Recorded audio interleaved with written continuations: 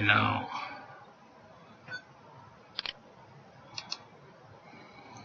the title of this brief 10-minute expose is for medical students who wish to pass their clinical skills with honors, especially if your rotation evaluation is excellent or above average. You would also want to score very high in the shelf exam by reading the multiple choice, the one with 500 questions. All the students that read it once or twice got above 84, which is the minimum to get honors. But when it comes to the clinical skills, which is typically about 20-25 minutes or so, your goal is to get the honors by demonstrating empathy and fund of knowledge. Those are the two key things you really need to shine. If you can always remember that, the empathy is developed in the first 5 minutes of the interview, and then the fund of knowledge is developed during your rule out and roll in your differential diagnoses, and also in your diagnosis when you're saying this is what I think is a diagnosis and this is the treatment plan. You have to demonstrate fund of knowledge. Therefore, a typical example would be a patient comes in and you ask an open-ended question. In other words, what sort of psychiatric problems are you struggling with, or have you been struggling with? It's open enough. If you ask, how are you doing today, you're going to get a vague answer or irrelevant answer. Just stick to what sort of psychiatric problems. And typically you should expect maybe an anxiety disorder, a mood disorder, a psychotic disorder, or a substance use disorder, a combination of that to some degree. So the patient sits down, you introduce yourself, you just be yourself, be friendly, be personable. If a patient starts crying, remember to acknowledge. If they say something that is difficult, make appropriate comments such as, I can see this is difficult for you. I can understand why this will upset you. Don't just ignore patients' feelings. The examiners don't like that. So show empathy, establish rapport. Make the mock patient be on your side by your rapport, your techniques in establishing rapport. So assuming a patient tells you, well, I have mainly stress-related issues, I have anxiety, I have depression, I have agoraphobia, I have trauma.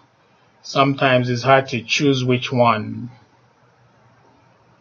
to go with, assuming they have multiple problems. But it's also important not to ignore the diagnosis. Like, don't just stick with one diagnosis. It's better to say, I think patient has a mood disorder, maybe major depressive disorder, but I do not have enough information to rule out bipolar. And the reason is that if it's bipolar, I wouldn't really want to give them just an antidepressant which will tip them into mania. The examiner needs to hear things like that. They may have anxiety with or without agoraphobia. I didn't have time to ask about agoraphobia, but I would like to rule that out. I would like to rule out PTSD as well. If I could get the history of trauma and see if that might explain some of the avoidance behavior. So assuming you've got the chief complaint that is an anxiety disorder or a mood disorder, then you have to go in and rule it in or out in broad terms. Don't get stuck with SIGI-CAP. You will spend all your time doing SIGI-CAP. You're better off saying, oh, is this depression so deep that you're suicidal? You're asking two questions in one. Is this irritability so severe that you're homicidal? Is this mood issue so severe that you started hearing voices or seeing things and becoming paranoid? That's how you ask the bulk of your questions in those chunks, large chunks. And then the examiner will be watching you to have you rule in and rule out. This is not due to medical problems. This is not due to caffeine. This is not due to medications. It's not substance induced. It's not due to street drugs. It's not due to adrenal problems. It's not due to bereavement. The examiner needs to have you do that, and also, has this caused significant problems in your life? They need to hear you do that. That's a fund of knowledge. Students tend to spend most of their time doing the SIGI-CAP, and they get bogged down with symptoms, and they forget to rule out where you show fund of knowledge. Therefore, a good way to demonstrate this would be with a mood disorder. So if this was a normal mood,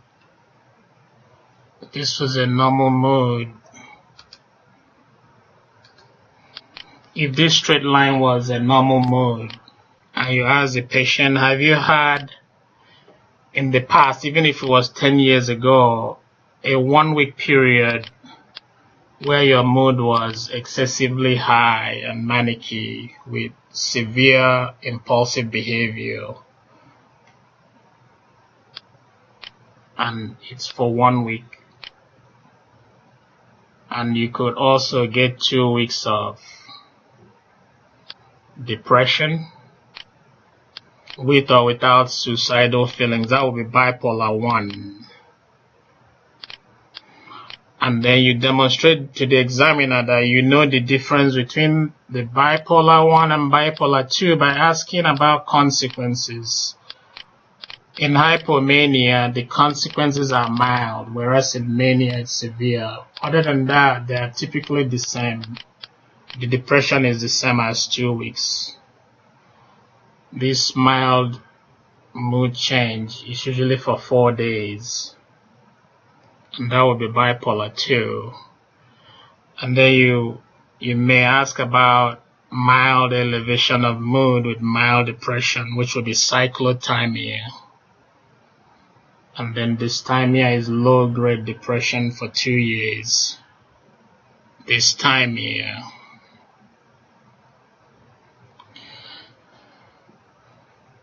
Therefore, anything that doesn't fit into this model is usually bipolar, not otherwise specified, or bipolar NOS or atypical mood disorder.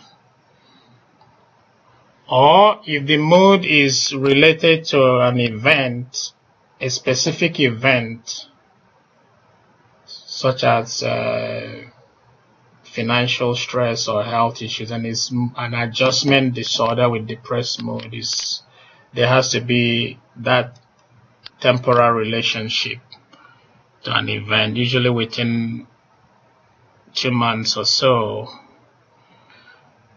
Having said this, the examiner will actually give you above average if you demonstrate that there's usually a 2-week window for schizoaffective disorder where you don't have depression, you don't have mania, or hypomania, where you're having paranoia or hallucinations. 2 weeks. No mood. That's when you say it's schizoaffective disorder. So it's basically the same as bipolar 1 or bipolar 2. It's just that you have to get that 2 weeks where there's no mood symptoms. If the psychosis is happening only when they're in mania, then it is bipolar 1 with psychotic features. Bipolar 1 with psychotic features. If it's happening only when they're depressed, then it's bipolar. It's major depression with psychotic features. You do not have that 2 weeks. So there's really no room for you do not hear voices or see things unless you're depressed. You do not hear voices or see things unless you're in mania. Therefore, it's not schizoaffective disorder. That's how you know. Other than that, they are really the same. It's just these 2 weeks that you need to know. Once you figure this out and you structure your questions in that direction, and then you say, okay, actually your best bet is to just go ahead and rule out schizoaffective disorder, because by the time you do that, you've actually ruled out everything else here. That's probably a faster route. And once you do that, and you ask about panic with or without agoraphobia, you could quickly ask about trauma. No trauma, so it's probably not PTSD, and then it's not due to substance. Once you're ruling out, you're doing your medical history. Remember, it's not due to thyroid, it's not due to seizures, it's not due to pancreatic problems, things that can actually... So it's not depression due to thyroid problem, it's not depression due to pancreatic cancer or due to Parkinson's. These are things that can directly cause mood issues. You've done your medical history, and then you quickly ask about family history. Is there anyone in your family with mood disorder or psychiatric issues? It's very important, very relevant. You tell the examiner the only reason is that it's biologic factor. You quickly talk about abuse history, any trauma, any rape, abuse, molestation that might affect your self-esteem and your personality. That's really relevant. And then after that, it's safe to quickly do a mental status exam. And just briefly, registration, because you don't really have time first, and then recall maybe word forwards and backwards and other relevant portions of the man if you have enough time. And then at the end, you could say something like,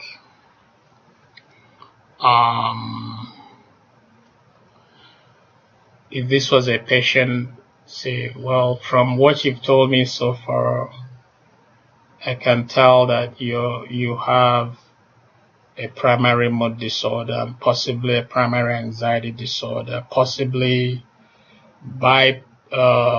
major depressive disorder, bipolar, with or without psychotic features. If I had more time, I would have asked this, that, and that.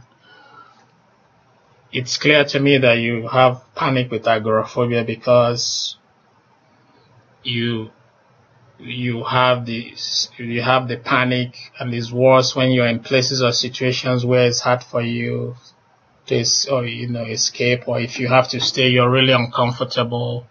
I don't really see any evidence of PTSD. There may be some adjustment disorder because you're going through a lot due to your mood. You've gotten in trouble in school and at your job. You could say that adjustment disorder is always on axis 1. On axis 2, due to your high level of anxiety, I would like to rule out obsessive features. I don't really have enough information. I'd like to talk to your family. You could say that to get additional history. I'd also like to talk to your family if there's any history of mania. Even though you're telling me it's not there, I'd really like to get more information. You get extra points for that. On axis 3, I don't really see any medical issues that might be contributing to your presentation. Or if there is, you mention it. Axis 4, you're having financial issues, relationship issues, poor coping skills, poor understanding of what's going on with you. So you kind of feel sort of confused overwhelmed, bewildered. Axis 5, since you're not actively suicidal or homicidal, but you have significant symptoms, I'll probably give you moderate to severe GAF of about 40 to 50. The more conservative you are with your GAF, the better. And here are your positive prognostic factors. It seems you're determined to get help.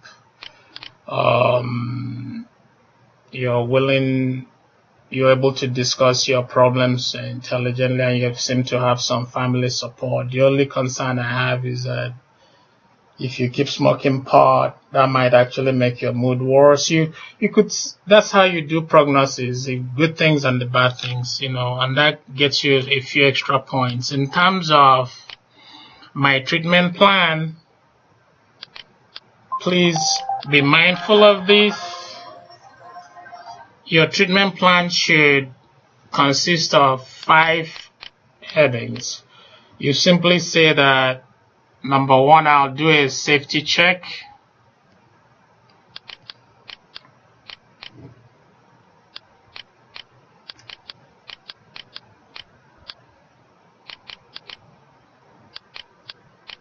Safety check for suicide and homicide.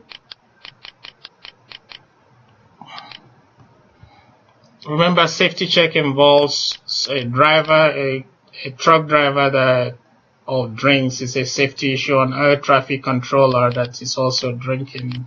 Those are safety issues. Or someone that has gone and gets drunk, even though they're not homicidal, but you have to address safety issues. So think about safety in broad terms. Number 2, I would get baseline labs, and the reason I'm doing it is that some of these pills have been known to affect metabolics, right? Baseline labs, including CMP, CBC with the fasting lipids, because some of them can affect your metabolics and cause weight gain. So baseline labs. Number 3, I'll get baseline weight, height, and waist circumference. I think height and weight, it's okay. Number 4, since I think number 4, then you will start your biopsychosocial model.